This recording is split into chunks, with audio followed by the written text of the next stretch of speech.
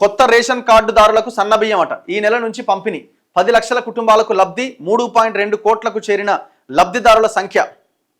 2 లక్షల మెట్రిక్ టన్నుల బియ్యం పంపిణీ రాష్ట్రంలో తాజాగా ప్రభుత్వం మరో 10 లక్షల రేషన్ కార్డులు మంజూరు చేసింది ఈ కుటుంబాలన్నీ ఈ నెల నుంచి సన్న బియ్యం అందుకోబోతున్నాయి దీంతో రాష్ట్రంలో కార్డుల సంఖ్య 99 లక్షలకు చేరుకున్నదట లబ్ధిదారుల సంఖ్య 3.20 కోట్లకు చేరిందట అంటే ఒక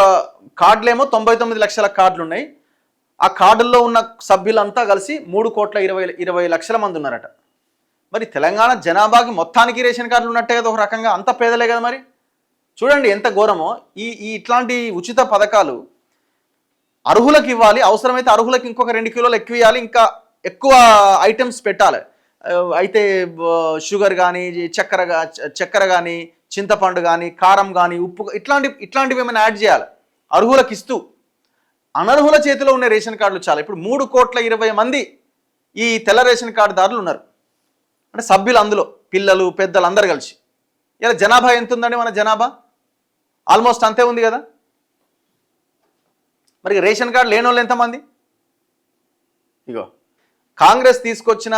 పథకాల్లో ఇంప్లిమెంట్ అవుతున్న స్కీమ్ ఏదన్నా ఉందంటే ఈ సన్నబియ్యం ఒకటి కొంత